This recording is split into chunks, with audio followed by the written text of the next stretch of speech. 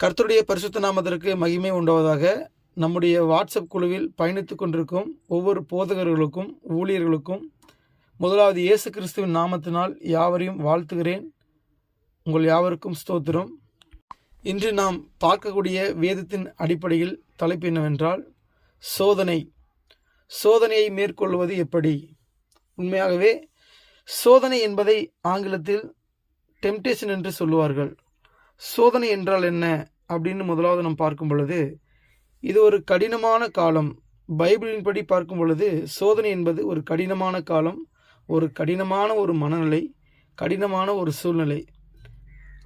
இதை பார்க்கும் பொழுது கிறிஸ்துவ வாழ்வில் நம்ம எவ்வளவு விசுவாசத்தை, கடவுள் மேலே எவ்வளவு நம்ம நம்பிக்கையோடு நம்ம அவர் மேல் வைத்திருக்கிறோம் என்பதற்கான ஒரு பரீட்சை. இரண்டாவதாக பார்க்கும் பொழுது இந்த சோதனை ஏன் வருகிறது? சோதனை என்பது எல்லாருக்கும் பொதுவானது தான், ஆனால் வித்தியாசங்கள் உண்டு. சோதித்த பின் தான் பொன்னும் வெள்ளியும் அதனுடைய தரம் பிரிக்கப்படுகிறது, அதனால் அறியப்படுகிறது. எனவே நாம் யார் என்பதை இந்த சோதனையின் மூலமாய் அறிய முடியும்.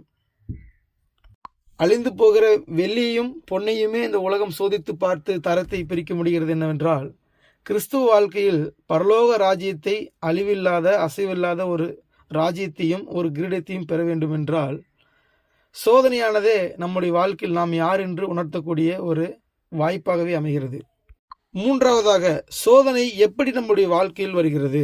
நாம் எடுத்துக்கொள்ள வேண்டிய வேத பகுதி யாக்கோபு 1ஆம் அதிகாரம் 13ஆம் வசனம் 14ஆம் வசனம் வாசிப்போம். சோதனையை சோதிக்கப்படுகிற எவனும் நான் தேவனால் சோதிக்கப்படுகிறேன் என்று சொல்லாதிருப்பானாக. தேவன் பொல்லாங்கினால் சோதிக்கப்படுகிறவரல்ல, ஒருவனையும் அவர் சோதிக்கிறவரும் அல்ல. அவனவன் தன் சுய இச்சையினால் இழுக்கப்பட்டு சிக்குண்டு சோதிக்கப்படுகிறான். அப்படி என்றால் நம்ம வாழ்க்கையில் வருகிற நிறைய சோதனைகளுக்கு மெயின் காரணமே அதை நம்மளாக தான் இருக்கிறோம். அப்போ பார்க்கும் பொழுது அதை இரண்டு வகையாக நம்ம பிரிக்குவோம். ஒன்று பார்க்கும்போது அது மாம்சத்தினால் வருகிற சோதனையாக இருக்கிறது, இன்னொன்று ஆவியினால் வருகிற சோதனையாக இருக்கிறது. ஒரு உதாரணத்துக்கு சொல்லப்போனால், சோதனை என்பது எப்படி வேணாலும் வரலாம். ஒரு சுகர் பேஷண்ட்டுக்கு இனிப்பு பார்த்தா சோதனை, ஒரு எடுத்துக்காட்டுக்காக சொல்ல போனால். அப்போது சோதனை என்பது என்னென்னா ஒரு கவர்ச்சி, ஒரு ஈர்ப்பு. அப்போது ஆவியினால் வருகிற சோதனையும் மாம்சத்தினால் வருகிற சோதனைக்கும் வித்தியாசங்கள் உண்டு. அப்போ பார்க்கும் பொழுது வேதத்தின் அடிப்படையில் யாருக்கெல்லாம் சோதனை வருகிறது என்று நான்காவதாக நம்ம பார்க்கும் பொழுது, யோசேப்பு என்னதான் பார்வோனுடைய அந்த போத்திபாருடைய மனைவி தவறான காரியங்களுக்கு, தவறான வழிக்கு செல்லலாம் என்று அழைக்கும் பொழுது அவனுடைய மனது ஏற்கவில்லை. காரணம், அவனுக்குள் பரிசுத்த ஆவியானவர் இருந்தார். அல்லேலூயா. அப்போது பரிசுத்த ஆவியானவர் நம்முடைய வாழ்க்கையில் இருந்தால் நிச்சயமாக சோதனையை மேற்கொள்ள நமக்கு நிச்சயமாக முடியும். ஒன்று. இரண்டாவதாக, தாவீதை பார்க்கிறோம். யோசேப்புக்கு அப்படியே ஆப்போசிட்டு. வாய்ப்பு கிடைக்கும் பொழுது அதை அப்படியே என்ன பண்ணான்னா அவருக்கு சாதகமாக மாற்றிக்கொண்டார். அப்போது ஒரு சோதனை என்பது ஒரு கண்ணி. அந்த கண்ணியில் அகப்படாமல் தன்னை காத்து கொண்டது யோசேப்பு. அந்த கண்ணில் அகப்பட்டு பின்பு கர்த்தருக்கு முன்பாக போய் ஒரு பாவியைப் போல் நின்றது தாவீது. இப்போ இன்றும் நம்ம வாழ்க்கையில் பார்க்கும் பொழுது யோசேப்பை போல ஒரு உத்தமமும் ஒழுக்கமும் கடவுளுக்கு பயந்தவர்களும் நம்ம வாழ்க்கை வாழ்கிறோமா? இல்லை அநேக வேளையில் தாவீதை போல நம்ம மனவடிவாகி விழுந்து போகிறோமா என்பது நம்ம கிறிஸ்துவ வாழ்க்கையில் பார்க்க வேண்டும்.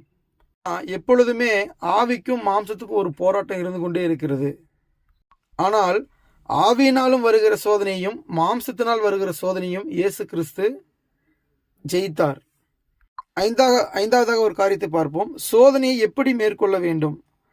நிச்சயமாக சோதனையை சகித்து மேற்கொள்ளணும்.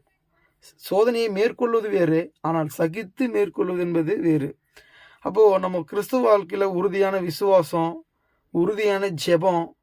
எடுத்துக்காட்டாக மீண்டும் கூட சொல்லுகிறேன், இயேசு கிறிஸ்து 40 நாள் உபவாசம் இருந்து ஜெபித்தார் வனாந்திரத்தில். ஆனால் பிசாசானவன் எப்படியாவது இந்த சோதனைக்குள்ளே அகப்படுத்த வேண்டும் என்று பலமுறை அவர் என்ன பண்ணான் அப்படின்னா சோதித்தான். நமக்கு எல்லாருக்கும் தெரியும். இந்த சோதனையை கொண்டு வருகிற மேக்சிமம் நம்ம வாழ்க்கையில் நம்ம மூலமாக வந்தாலும் அதை கொண்டு நிறுத்துறது யாருன்னா பிசாசு தான். அப்போ இயேசு கிறிஸ்துவானவர் உபவாசத்தினால் இந்த சோதனையை மேற்கொண்டார். இப்போ சோதனை நம்மளை நிச்சயமாக உலகத்தில் உட்படுத்தும். எல்லாமே நம்மளை தொந்தரவுகள் பல வகையில் செய்யப்படும். அது எல்லாமே பிசாசினால் வருகிறது தான். ஆனாலும் ஒரு நாளும் கர்த்தர் பொல்லாங்கினால் சோதிக்கிறவர் அல்ல. 6வதாக பார்க்க போகிற காரியம் என்னவென்றால், நேரம் குறைவாக இருப்பதனால் வேகமாக செல்ல வேண்டிய நிலை இருக்கிறது. சோதனையின் முடிவு என்னன்னு பார்க்கும் பொழுது 2 தான். ஒன்று வெற்றியாக இருக்கணும், இல்லை தோல்வியாக இருக்கணும். மீண்டுமாய் வேதத்தில் உள்ள பகுதியை நம்ம பார்ப்போம். யாக்கோபு 1ஆம் அதிகாரம் 12வது வசனம்.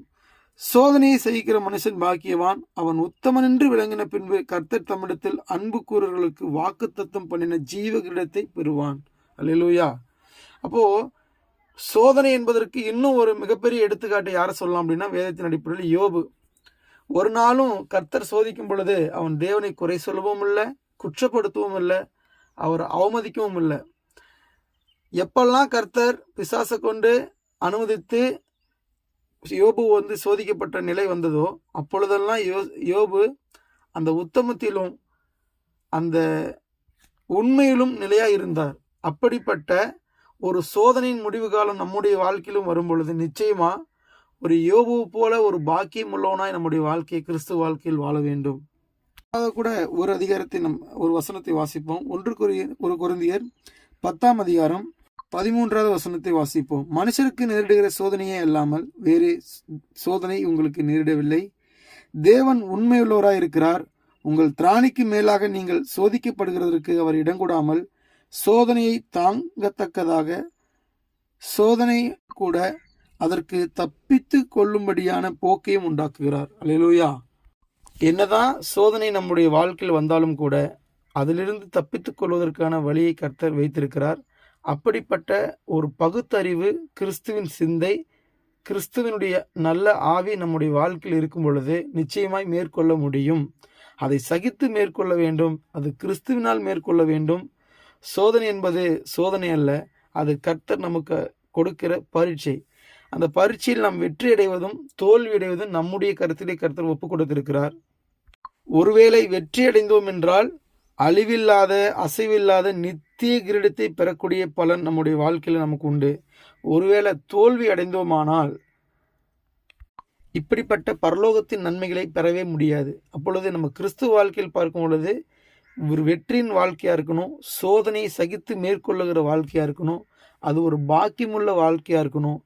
சோதனைகள் எப்படி வேண்டுமானால் நம்மளை ஆட்கொள்ளலாம், எப்படி வேண்டுமானால் நம்மளை அட்டாக் பண்ணலாம். ஆனாலும் சோதனைக்கு பின்பு ஒரு கர்த்தர் ஒரு பலனை வைத்திருக்கிறார்.